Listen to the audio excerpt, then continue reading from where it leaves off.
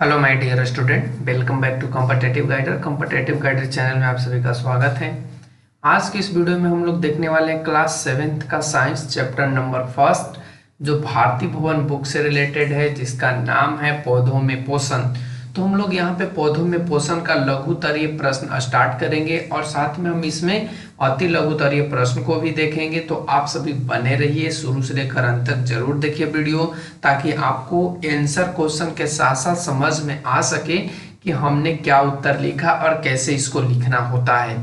तो चलिए आज की इस वीडियो को फटाफट से स्टार्ट करते हैं। यदि आप लोग चैनल पे नए हो तो सब्सक्राइब कर लेना और दोस्तों में भी शेयर कर दो, क्योंकि उन लोगों के पास भी इस तरह के कंटेंट की आवश्यकता होती है। तो चलिए फटाफट से शेयर कर देते हैं। चलिए क्वेश्चन इस प्रकार से, क्वेश्चन फर्स्ट में हम लोग बात करें तो क्वेश्चन फर्स्ट में अति लघुतरीय प्रश्न देखेंगे। फर्स्ट क्वेश्चन में कहता है कि पोषण के दो प्रमुख प्रकार हैं, वो कौन कौन से हैं ये आपको बता देने हैं। तो इसका सही जवाब होगा पोषण के दो प्रकार, एक तो आपका स्व पोषण होता है और दूसरा का आपका परपोषण होता है। और अगर ये वीडियो 10th क्लास वाले स्टूडेंट देख रहे हैं तो उनके लिए भी बहुत इंपॉर्टेंट है, क्योंकि 10th क्लास के फर्स्ट चैप्टर जैव प्रक्रम में इस तरह के कंटेंट पढ़ने को मिलेंगे। क्वेश्चन नंबर 2 की बात करें तो क्वेश्चन नंबर 2 में कहा कि हरे पौधों में किस प्रकार का पोषण होता है। तो इसका सही जवाब होगा स्वपोषण होता है। सेकेंड क्वेश्चन का थर्ड क्वेश्चन में कहता है कि हरे पौधे किस विधि से अपना भोजन स्वयं बनाते हैं। जो हरे पेड़ पौधे होते हैं वो भोजन कौन से विधि के द्वारा बनाते हैं। तो इसका सही जवाब होगा प्रकाश संश्लेषण विधि के द्वारा हरे पेड़ पौधे अपना खाना बनाते हैं, अपना भोजन को बनाते हैं। चलते हैं नेक्स्ट क्वेश्चन, क्वेश्चन नंबर 4 में बात करें तो 4 में कहता है प्रकाश संश्लेषण की प्रक्रिया में कौन सी गैस मुक्त होती है। मुक्त का मतलब होता है बच्चों बाहर निकलना। प्रकाश संश्लेषण की जब प्रक्रिया होती है तो वो कौन सा गैस होता है जो हम बाहर निकलता है। तो इसका सही जवाब होगा ऑक्सीजन, और वो ऑक्सीजन हम लोगों के लिए बहुत ही लाभदायक होता है। चलते क्वेश्चन नंबर 5। क्वेश्चन नंबर 5 में कहा है हमें पौधों को भोजन के संश्लेषण में किस गैस की आवश्यकता होती है। जो हरे पेड़ पौधे होते हैं ना, उसमें भोजन के लिए प्रकाश संश्लेषण में कौन सी गैस की आवश्यकता पड़ेगी। तो इसका सही जवाब होगा CO2 कार्बन डाइऑक्साइड हरे पेड़ पौधे प्रकाश संश्लेषण की प्रक्रिया में गैस के रूप में लेते हैं। क्वेश्चन नंबर 6 में कहा है कि प्रकाश संश्लेषण में हरी पत्तियां जिन छिद्रों से कार्बन डाइऑक्साइड गैस ग्रहण करती है वह क्या कहलाती है। तो इसका सही जवाब होगा वो स्टोमाटा कहलाती है, और स्टोमाटा के द्वारा ही पेड़ पौधे बाहर से यानी बाहरी वातावरण से कार्बन डाइऑक्साइड CO2 को ग्रहण कर लेता है और फिर से हम लोगों को ऑक्सीजन छोड़ देता है, जिसके थ्रू हम लोग सांस लेते हैं। क्वेश्चन नंबर 7 की बात करें तो 7 में कहा है कि हरे पौधे प्रकाश संश्लेषण के द्वारा कौन से भोज्य पदार्थ का निर्माण करता है। यानी कहने का इसका मतलब यह है कि जो पेड़ पौधे होते हैं प्रकाश संश्लेषण की क्रिया करता है तो उसके बाद वो भोजन के रूप में कौन सा पदार्थ बनाता है। तो इसका सही जवाब होगा वो कार्बोहाइड्रेट बनाते हैं और उसी का वो लोग सेवन करते हैं। चलते क्वेश्चन नंबर 8 में कहा है फफूंद या कुकुरमुत्ता में किस प्रकार का पोषण होता है। तो सही जवाब होगा ये मृत जीवी पोषण करते हैं। ये मरे हुए या मृत जीव के शरीर पर अपना भोजन को ग्रहण करते हैं। तो इसका सही जवाब होगा मृत जीवी पोषण। क्वेश्चन नंबर 9 की बात करें तो कहता है कि अमर बेल, जिसको आमतौर पे अमरलता भी कहीं कहीं बोला जाता है, तो ध्यान रखेंगे। तो कहता है कि अमर बेल नामक पौधे में किस प्रकार का पोषण पाया जाता है। तो इसका सही जवाब होगा परजीवी पोषण पाया जाता है अमर बेल में। नेक्स्ट क्वेश्चन की बात करें तो नेक्स्ट क्वेश्चन में कहा है कि कीटहारी पौधा का एक उदाहरण दे। कीटहारी कहने का मतलब जो कीटभक्षी होते हैं, तो उनका एक उदाहरण देना है। तो इसका सही जवाब होगा घटपर्णी, एक कीटहारी पौधा होते हैं। क्वेश्चन नंबर 11 में कहा है कि उस बैक्टीरिया का नाम बताएं जो मिट्टी में भोजन के पुनः पूर्ति में सहायक होता है। कहने का इसका मतलब डायरेक्टली यह है कि वो कौन सी बैक्टीरिया है या वो कौन से जीव हैं जो मिट्टी में नाइट्रोजन को फिर से बना देता है या फिर से नाइट्रोजन को पूर्ति कर देता है। तो इसका सही जवाब होगा राइजोबियम। ये राइजोबियम आपको ज्यादातर जो रबी फसल होंगे उनके जड़ में पाए जाते हैं। तो ये उस वायुमंडल से क्या करता है, नाइट्रोजन को अवशोषित करता है और उसके बाद ये नाइट्रेट में बदलकर क्या कर देता है, मिट्टी में छोड़ देता है। चलते हैं क्वेश्चन नंबर नेक्स्ट 12 पे 12 में क्या कहा है कि रासायनिक उर्वरक से हम मिट्टी में किन किन पोषक तत्वों को पुनः स्थापित कर सकते हैं। तो हम लोग रासायनिक उर्वरकों से हम क्या कर सकते हैं, क्या क्या कर सकते हैं। तो हम लोग नाइट्रोजन को फिर से ला सकते हैं, पोटेशियम ला सकते हैं, फास्फोरस ला सकते हैं। तो इन सब जो तत्व हैं उनकी आपूर्ति हम लोग रासायनिक उर्वरकों से, यानी रासायनिक उर्वरक कहने का मतलब खाद से, हम लोग मिट्टी में ये सारे जो तत्व हैं उनको फिर से ला सकते हैं। चलिए हम लोग फटाफट से लघुत्तरीय प्रश्न देखते हैं। लघुत्तरीय प्रश्न में क्वेश्चन नंबर फर्स्ट का है कि जीवों में भोजन की आवश्यकता क्यों होती है। तो इसका सही जवाब होगा कि सभी शारीरिक अंगों एवं अंग तंत्र को स्वस्थ रखने तथा उनके कार्य करने की क्षमता को बनाए रखने जैसी आवश्यकताओं के लिए जीवों में भोजन अनिवार्य होता है। तो इस तरीके से हमने लघुत्तरीय का फर्स्ट क्वेश्चन क्लियर किया। चलते हैं question number next. Question number 2 में कहा है मृत जीवी पोषण क्या है, उदाहरण द्वारा इसको समझाना है। तो चलिए फटाफट से इसको हम लोग देख लेते हैं कि मृत जीवी पोषण क्या होता है। तो वैसा पोषण जिसमें जीव सड़े गले पौधों या मृत जंतुओं के सड़ रहे शरीर से भोजन अवशोषित करते हैं मृत जीवी पोषण कहलाता है। जैसे कवक, फफूंद तथा कुकुरमुत्ता या मशरूम मृत जीवी पोषण के क्या है, उदाहरण है। तो ये जो सभी जीव हैं वो सड़े गले जीवों के शरीर पर रख करके अपना भोजन को ग्रहण करते हैं और इस कंडीशन में इन्हें मृत जीवी पोषण का नाम दिया जाता है। चलते हैं क्वेश्चन नंबर 3। क्वेश्चन नंबर 3 में कहा है कि स्वपोषण तथा परपोषण में अंतर लिखे। कहीं कहीं ये चीज को स्वपोषी और परपोषी भी लिख दिया जाता है, तो आप सभी ध्यान देंगे। तो स्वपोषण और परपोषण में निम्नलिखित अंतर है। फर्स्ट अंतर हम यहाँ पे इस तरीके से देखेंगे। स्वपोषण में कि वे जीव जो अपना भोजन स्वयं तैयार करते हैं उन्हें हम स्वपोषण कहते हैं। वही परपोषण की बात करें तो वो वे जीव जो अपना भोजन के लिए दूसरों पर निर्भर रहते हैं, तो ऐसे जीव को हम लोग क्या कहते हैं, परपोषण कहते हैं। इसमें हरित लवक, इसमें कहने का मतलब स्वपोषण में हरित लवक या क्लोरोफिल पाया जाता है, जबकि जो परपोषण होता है इसमें हरित लवक या क्लोरोफिल नहीं पाया जाता है। स्वपोषण में भोजन बनाने के लिए प्रकाश संश्लेषण की क्रिया करनी होती है, जबकि परपोषण में प्रकाश संश्लेषण की क्रिया करनी नहीं होती है। ये डायरेक्टली किसी दूसरे पेड़ या किसी अन्य जीव के शरीर पर रह करके अपना भोजन क्या करना स्टार्ट कर देता है, ग्रहण करना स्टार्ट कर देता है।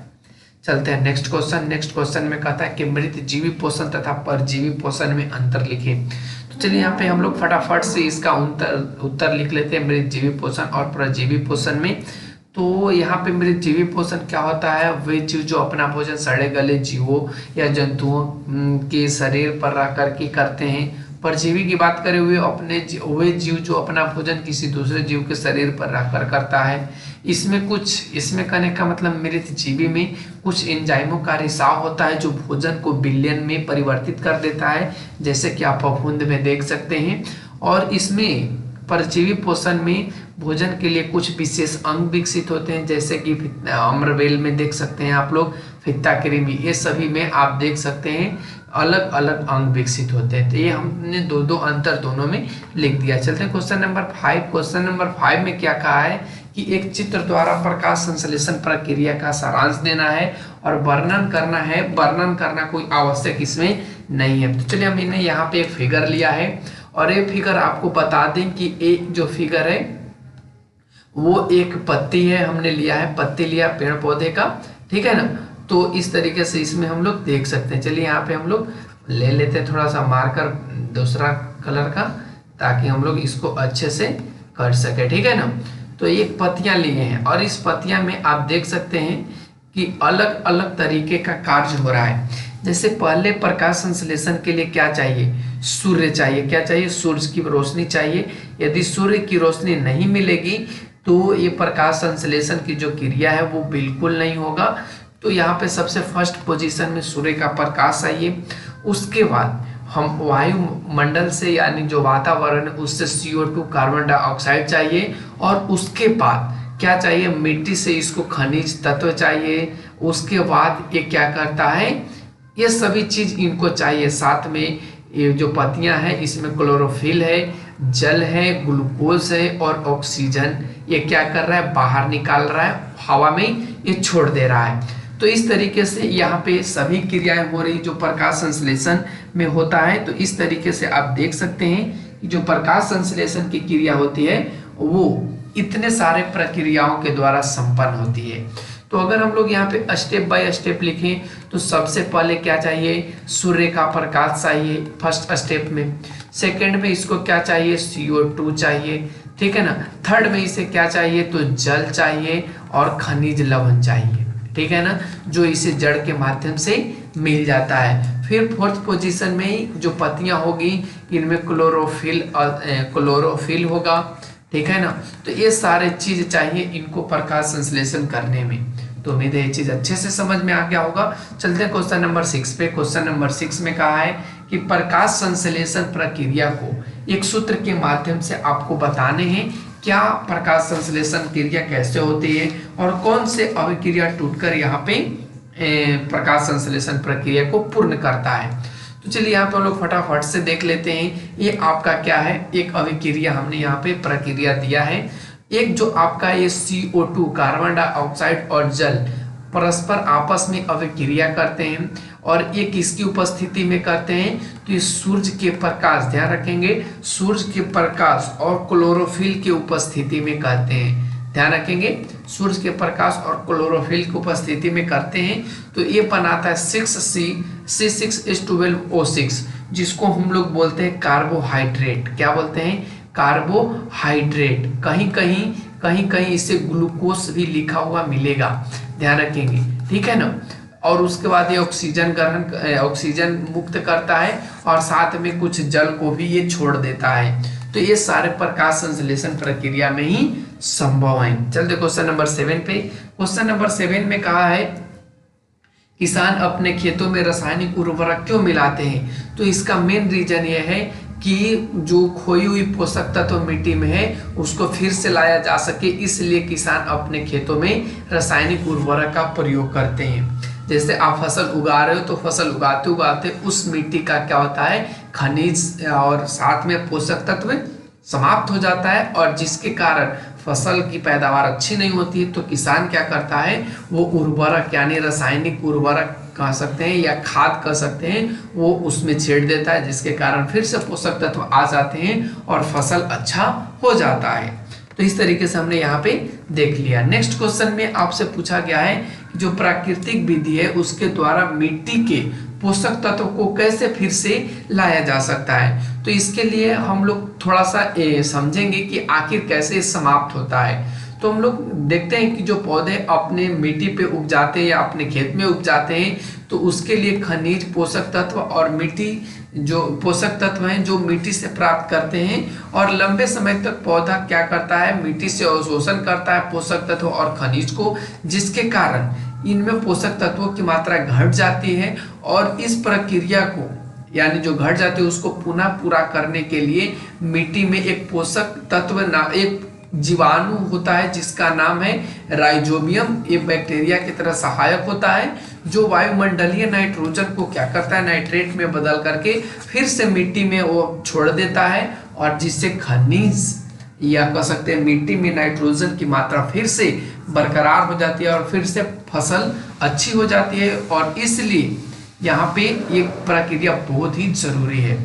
नेक्स्ट क्वेश्चन नंबर जो नेक्स्ट है वो अगले वीडियो में, यानी कहने का मेरा मतलब यह है कि अब जो अगला चैप्टर होगा वो अगले वीडियो में आप लोगों को प्रोवाइड कराया जाएगा। सबसे पहले हम लोग सभी चैप्टर का यहाँ पे अति लघु उत्तरीय प्लस लघु उत्तरीय प्रश्न को हल करेंगे, आप सभी ध्यान देंगे और उसके बाद फिर से हम लोग स्टार्ट करेंगे दीर्घ उत्तरीय प्रश्न प्लस ऑब्जेक्टिव क्वेश्चंस को। तो आप सभी इस तरह के कंटेंट पाने के लिए चैनल को सब्सक्राइब कर लीजिए।